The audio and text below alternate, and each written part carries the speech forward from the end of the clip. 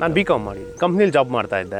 ಈಗಿನ ಬೆಲೆಗಳಲ್ಲಿ ಯಾಕೋ ವ್ಯವಸಾಯ ಬೇಡ ಅನಿಸ್ತಿದೆ, ವ್ಯವಸಾಯಕ್ಕಿಂತ ಜಾಬೇ ಬೆಟರ್ ಇತ್ತು ಅಂತ ಫೀಲ್ ಆಗ್ತದೆ. ನಾನು ಆಲ್ಮೋಸ್ಟ್ ಈಗ ಜೋಳ ಅಂದರೆ ಸ್ವೀಟ್ ಕಾರ್ನು, ಬ್ರೋಕ್ಲಿ, ಕ್ಯಾಬೇಜ್, ಹೂಕೋಸು ಈ ಥರದ್ದೆಲ್ಲ ಬೆಳೀತಾ ಇದ್ದೀನಿ. ಸೊ ಎಲ್ಲ ಫೀಲ್ಡಲ್ಲೂ ಹೆಂಗೋ ಬದುಕೊಬೋದು. ಈ ರೈತನ ಫೀಲ್ಡಲ್ಲಿ ಮಾತ್ರ ಅವರೇಜ್ ಆಗಿ ಬ್ಯಾಲೆನ್ಸ್ ಮಾಡೋಕ್ಕಾಗಲ್ಲ. ಲಾಭ ಅನ್ನೋದು 10% ಇದ್ದರೆ ನಷ್ಟ ಅನ್ನೋದು 90% ಇರುತ್ತೆ. ರಸಗೊಬ್ಬರನ ನೀರಲ್ಲೇ ಕೊಡ್ತಾ ಇದ್ದೀನಿ. ಲೇಬರ್ ಸಮಸ್ಯೆ ನಮ್ಮ ಕಡೆ. ಈ ವಿಂಚುರಿ ಮುಖಾಂತರ ನೀರಲ್ಲಿ ಕೊಟ್ಬಿಡ್ತೀನಿ, ಸೀದಾ ನೀರಲ್ಲಿ ಹೋಗುತ್ತೆ. ಇದನ್ನ ಲೈಟಾಗಿ ಕ್ಲೋಸ್ ಮಾಡ್ಕೊತಾ ಹೋದ್ರೆ, ಇದನ್ನ ಓಪನ್ ಮಾಡ್ಕೊಂಡ್ರೆ ಆಲ್ಮೋಸ್ಟ್ ಅಲ್ಲಿ ಎಳೆಯುತ್ತೆ. ನೋಡಿ ಸೌಂಡ್ ಚೇಂಜ್ ಆಯ್ತು. ಹೌದು ಹೌದು, ನೋಡಿ ಎಳಿತಾ ಇದೆ. ಈಗ ಒಂದು ಮೂಟೆ ಹಾಕ್ಬೇಕಂದ್ರೆ, ನಾನು ಒಂದು ಮೂಟೆ ರಸಗೊಬ್ಬರ ಹಾಕ್ಬೇಕಂದ್ರೆ ಒಂದೂವರೆ ಅವರ್ ಬೇಕಾಗಿತ್ತು. ಈಗ ಒಂದು 10 ನಿಮಿಷದಲ್ಲಿ ಖಾಲಿ ಮಾಡ್ತೀನಿ. ಟೈಮ್ ಸೇವ್ ಆಗುತ್ತೆ, ಲೇಬರ್ ಸೇವ್ ಆಗುತ್ತೆ. ನನ್ನ ಹೆಸರು ಕಾರ್ತಿಕ್ ಅಂತ, ಊರು ಸಿಂಗಳ್ಳಿ, ಯಲಹಂಕ ತಾಲೂಕು, ಬೆಂಗಳೂರು. ಏನು ಕೆಲಸ ಮಾಡ್ತಾ ಇದ್ರಿ? ಏನು ಕೆಲಸ ಮಾಡ್ತಾ ಇದ್ರಿ ಸರ್? ನಾವು ಫುಲ್ ವ್ಯವಸಾಯ ಮಾಡ್ತಾ ಇದ್ದೀವಿ. ವ್ಯವಸಾಯಕ್ಕೆ ಬಂದು ಹತ್ತತ್ರ ಒಂದು 12-13 ವರ್ಷ ಆಯಿತು. ಎಜುಕೇಷನ್ ಮುಗಿಸಿ 1 ವರ್ಷ ಜಾಬ್ ಮಾಡಿದೆ. ಯಾಕೋ ವರ್ಕೌಟ್ ಆಗಲಿಲ್ಲ, ಇಂಟ್ರೆಸ್ಟ್ ಅನಿಸ್ಲಿಲ್ಲ ಜಾಬು. ಆಮೇಲೆ ಜಮೀನಿತ್ತು, ನೀರಿತ್ತು, ವ್ಯವಸಾಯ ಮಾಡೋಣ ಅಂತ ಒಂದು ಆಲೋಚನೆ ಬಂತು. ವ್ಯವಸಾಯಕ್ಕೆ ಬಂದು ಎಲ್ಲ ಚೆನ್ನಾಗೇ ನಡೀತಿತ್ತು. ಬಟ್ ಈಗಿನ ಬೆಲೆಗಳಲ್ಲಿ ಯಾಕೋ ವ್ಯವಸಾಯ ಬೇಡ ಅನಿಸ್ತಿದೆ. ನನ್ನ ಮನಸ್ಸಿಗೆ ನನಗೆ ಫೀಲ್ ಆಗ್ತಾ ಇದೆ, ವ್ಯವಸಾಯ ಬೇಡ, ಜಾಬೇ ಬೆಟರ್ ಇತ್ತು ಅನ್ನೋ ಥರ ಇದೆ. ಯಾಕೆ ಆ ಥರ? ಈಗಿನ ಬೆಲೆಗಳು ಸರಿ ಇಲ್ಲ, ನಾವು ಬೆಳೆದಿರೋ ಬೆಲೆಗೆ ಬೆಲೆ ಇಲ್ಲ. ಹಾಗಾಗಿ ನಮಗೆ ವ್ಯವಸಾಯ ಬೇಡ, ವ್ಯವಸಾಯಕ್ಕಿಂತ ಜಾಬೇ ಬೆಟರ್ ಇತ್ತು ಅಂತ ಫೀಲ್ ಆಗ್ತಿದೆ. ನಾನು ಆಲ್ಮೋಸ್ಟ್ ಈಗ ಜೋಳ ಅಂದರೆ ಸ್ವೀಟ್ ಕಾರ್ನು, ಬ್ರೋಕ್ಲಿ, ಕ್ಯಾಬೇಜ್, ಆಮೇಲೆ ಈ ಹೂಕೋಸು ಈ ಥರದ್ದೆಲ್ಲ ಬೆಳೀತಾ ಇದ್ದೀನಿ. ಈ ಥರದ್ದೆಲ್ಲ ಬೆಳೆನೂ ಆಲ್ಮೋಸ್ಟ್ ಅಂತ ಆವ್ರೇಜ್, ಒಳ್ಳೆ ಬೆಲೆನೂ ಸಿಗ್ತಾ ಇಲ್ಲ. ಈ ಕಡೆ ಮಳೆಗಾಲದಲ್ಲಿ ರೇಟ್ ಸಿಗಲ್ಲ, ಬೆಳೆ ಇದ್ದಾಗ ರೇಟ್ ಇರಲ್ಲ, ಬೆಳೆ ಇಲ್ಲದಾಗ ರೇಟ್ ಇರುತ್ತೆ. ಹಾಗಾಗಿ ಲಾಸ್ಟ್ ಟೈಮ್ ನಾನು ಜೋಳ ಬೆಳೆದಾಗ 3-4 ರೂಪಾಯಿ, ಜಸ್ಟ್ 1 ಮಂತ್ ಬ್ಯಾಕ್, ಒಂದು ತಿಂಗಳಿಂದ 3-4 ರೂಪಾಯಿ ಜೋಳ. ಅಂದರೆ 1 ಟನ್ಗೆ ನನಗೆ ತೋಟದಲ್ಲೇ 3,000-4,000 ಸಾವಿರ. ಹಾಕಿರೋ ಬಂಡವಾಳ ಸಹ ಬರ್ತಾ ಇರಲಿಲ್ಲ, ಹಾಗಾಗ್ತಾಯಿತ್ತು. ಭಾರಿ ಕಷ್ಟ ಅಲ್ವಾ ರೈತ? ತುಂಬ ಕಷ್ಟ. ಆಲ್ಮೋಸ್ಟ್ ಎಲ್ಲ ಫೀಲ್ಡಲ್ಲೂ ಹೆಂಗೋ ಬದುಕೊಬೋದು. ಈ ರೈತನ ಫೀಲ್ಡಲ್ಲಿ ಮಾತ್ರ ಅವರೇಜ್ ಆಗಿ ಬ್ಯಾಲೆನ್ಸ್ ಮಾಡೋಕ್ಕಾಗಲ್ಲ. ಈ ಕಡೆ ಲಾಸ್ ಆದರೂ ಆಗ್ಬೋದು, ಲಾಭ ಆದರೂ ಆಗ್ಬೋದು. ಲಾಭ ಅನ್ನೋದು 10% ಇದ್ದರೆ ನಷ್ಟ ಅನ್ನೋದು 90% ಇರುತ್ತೆ. ಏನು ಓದಿದ್ದೀರಾ? ನಾನು ಬಿ.ಕಾಮ್ ಮಾಡಿದ್ದೀನಿ. ಬಿ.ಕಾಮ್ ಮಾಡಿ ಜಾಬ್ ಏನು ಮಾಡ್ತಾ ಇದ್ರಿ? ಒಂದು ಕಂಪ್ನಿಲಿ ಜಾಬ್ ಮಾಡ್ತಾ ಇದ್ದೆ. ಆಮೇಲೆ ಇಂಟ್ರೆಸ್ಟ್ ಇರಲಿಲ್ಲ, ಜಾಬ್ ಕಡೆ ಇಂಟ್ರೆಸ್ಟ್ ಇರಲಿಲ್ಲ ಆಗ. ಯಾಕಂದ್ರೆ ಆವಾಗ ವ್ಯವಹಾರದ ಬಗ್ಗೆ ಅಷ್ಟೊಂದು ನಾಲೆಡ್ಜ್ ಇರಲಿಲ್ಲ, ಮನೇಲಿ ನೋಡ್ಕೋತಾ ಇದ್ರು. ಈಗ ಬರ್ತಾ ಆ ಖರ್ಚೇನು, ಇನ್ವೆಸ್ಟ್ಮೆಂಟ್ ಏನು, ಇನ್ಕಮ್ ಏನು ಎಲ್ಲ ಟ್ಯಾಲಿ ಮಾಡಿದಾಗ ಅನಿಸ್ತು. ನಮ್ಮ ಮನೇಲಿ ಹೇಳ್ತಿದ್ರು, ಬೇಡ ನಿನಗೆ ವ್ಯವಸಾಯ, ಹೋಗು ಕೆಲ್ಸಕ್ಕೆ ಹೋಗು ಅಂತ ಹೇಳ್ತಿದ್ರು. ಆದರೂ ವ್ಯವಸಾಯಕ್ಕೆ ಬಂದಾಗ ಚೆನ್ನಾಗೇ ಇತ್ತು. ಬಿಫೋರ್ ಕೊರೋನಾ ಬೆಲೆಗಳೆಲ್ಲ ಚೆನ್ನಾಗಿತ್ತು, ಬೆಳೆಗಳು ಚೆನ್ನಾಗಿತ್ತು.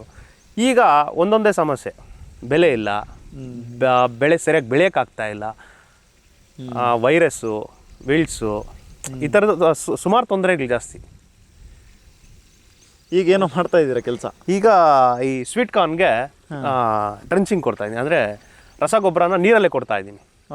ಕೈಯಲ್ಲಿ ಹಾಕೋದಕ್ಕೆ ಸ್ವಲ್ಪ ಓಡಾಡೋದು ಎಲ್ಲ ರಿಸ್ಕ್ ಇದೆ ಅಂತ ಲೇಬರ್ ಸಮಸ್ಯೆ ನಮ್ಮ ಕಡೆ, ಸ್ವಲ್ಪ ಲೇಬರ್ ಇಲ್ಲ.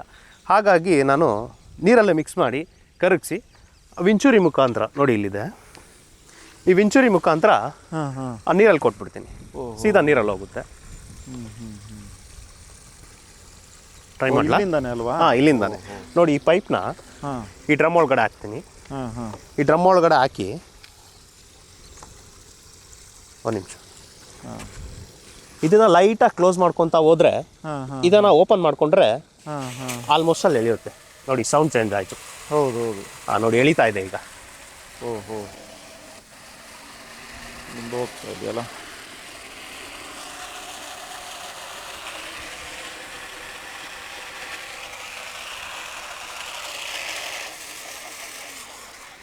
ಇದು ಮಾಡ್ಲಿಕ್ಕೆ ಎಷ್ಟು ಖರ್ಚಾಯ್ತು ಇವ್ರೆ?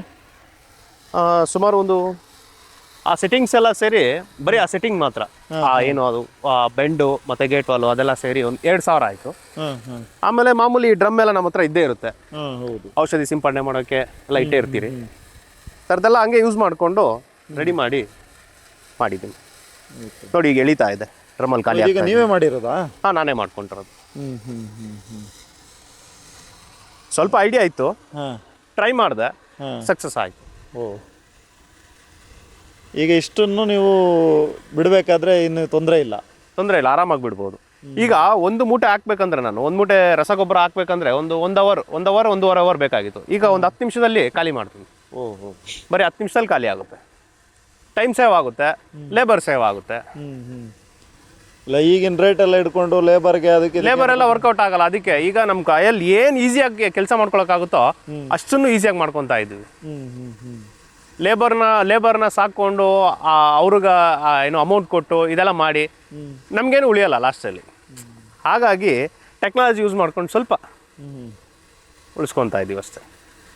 ಬಟ್ ನೀವು ಓದಿರೋದು ಬಿಕಾಮ್ ಅಲ್ಲ, ಬೇರೆ ಟೆಕ್ನಾಲಜಿ ರಿಲೇಟೆಡ್ ಏನಿರಲಿಲ್ಲ? ಸ್ವಲ್ಪ ಜನರಲ್ ಆಗಿ ಐಡಿಯಾ ಬರುತ್ತಲ್ವಾ. ಹಾಂ ಹಾಂ, ಹಾಗೆ. ಯಾವುದು ರಸಗೊಬ್ಬರ ಇದು? ಇದು ಫ್ಯಾಕ್ಟ್ ಕಂಪ್ನಿದು 2020 013 ಅಂತ.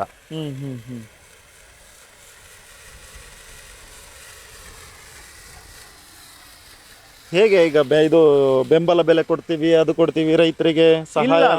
ಆಲ್ಮೋಸ್ಟ್ ನಾನು ಸ್ಕೂಲ್ ಕಾಲೇಜಲ್ಲಿ ಇದ್ದಾಗ್ಲಿಂದನೂ ಎಲ್ಲ ರಾಜಕೀಯದವರು ಕಂಪಲ್ಸರಿ ಹೇಳ್ತಾ ಇದ್ದಾರೆ, ರೈತರನ್ನ ಉಳಿಸ್ಬೇಕು, ಬೆಳೆಸ್ಬೇಕು, ರೈತ ದೇಶದ ಬೆನ್ನೆಲುಬು ಅಂತ. ಯಾವುದು ಕಾರ್ಯರೂಪಕ್ಕೆ ತಂದಿಲ್ಲ, ಬರೀ ಮಾತಲ್ಲೇ ಇದೆ, ಬರೀ ಮಾತಲ್ಲೇ ಮುಗಿಸ್ತಾ ಇದ್ದಾರೆ ಅಷ್ಟೇ. ಕಾರ್ಯರೂಪಕ್ಕೆ ಒಂದನ್ನು ತಂದಿಲ್ಲ, ತರೋದು ಇಲ್ಲ ಅಂತ ನನ್ನ ಅಭಿಪ್ರಾಯ. ನೀವೇನು ಹೇಳ್ತೀರಾ? ಅಷ್ಟೇ, ಏನು ಮಾಡೋದು, ತರಲ್ಲ. ಜೈ ಜವಾನ್ ಜೈ ಕಿಸಾನ್ ಸುಮ್ಮನೆ ಮಾತಿಗೆ ಅಷ್ಟೇ ಅನ್ಸುತ್ತೆ. ಬೇರೆ ಯಾರಾದರೂ ನಿಮ್ಮ ಥರನೇ ಬಂದಿದ್ದಾರೆ ನಿಮ್ಮ ಫ್ರೆಂಡ್ಸ್ ಎಲ್ಲ? ಇದ್ದಾರೆ, ತುಂಬ ಜನ ಇದ್ದಾರೆ. ಜಾಬ್ ಬಿಟ್ಟು ವ್ಯವಸಾಯಕ್ಕೆ ಬಂದಿರೋರು ಇದ್ದಾರೆ, ವ್ಯವಸಾಯ ಬಿಟ್ಟು ಜಾಬ್ಗೆ ಹೋಗಿರೋರು ಇದ್ದಾರೆ. ತುಂಬ ಉದಾಹರಣೆಗಳಿದ್ದಾವೆ. ನಿಮ್ದು ಎಷ್ಟು ಎಕರೆ ಇದೆ ಟೋಟಲ್? 3 ಎಕರೆ ಇದೆ. 3 ಎಕರೆ. 1 ಎಕರೆ ಸ್ವೀಟ್ ಕಾರ್ನಾ? 1 ಎಕರೆ ಸ್ವೀಟ್ ಕಾರ್ನ್ ಹಾಕಿದ್ದೀನಿ, ಇನ್ನೊಂದು ಎಕರೆ ಕಾಲಿಫ್ಲವರ್ ಹಾಕಿದ್ದೀನಿ. ಈಗ ಇದೆಲ್ಲ ರೆಡಿ ಮಾಡಿ ಇಟ್ಟಿದ್ದೀನಿ, ಇನ್ನೂ ಏನು ನಾಟಿ ಮಾಡಿಲ್ಲ, ಮಾಡಬೇಕು. ಓಕೆ. ಮತ್ತು ಬ್ರೋಕ್ಲಿ ಹಾಕ್ತಾ ಇರ್ತೀನಿ. ಅಲ್ಲೊಂದು ಸ್ವಲ್ಪ ಮಾತ್ರ ಐಸ್ಬರ್ಗ್ ಅಂತ ಹಾಕಿದ್ದೀನಿ, ಈ ಚೈನೀಸ್ ಐಟಮ್, ಎಕ್ಸೋಟಿಕ್ ಐಟಮ್. ಆಗಿದೆ ಈಗ? ಆಗಿದೆ, ಬಂದಿದೆ. ನಾಳೆ ನಾಳಿದ್ದು ಹಾರ್ವೆಸ್ಟಿಂಗ್ ಮಾಡಬೇಕು.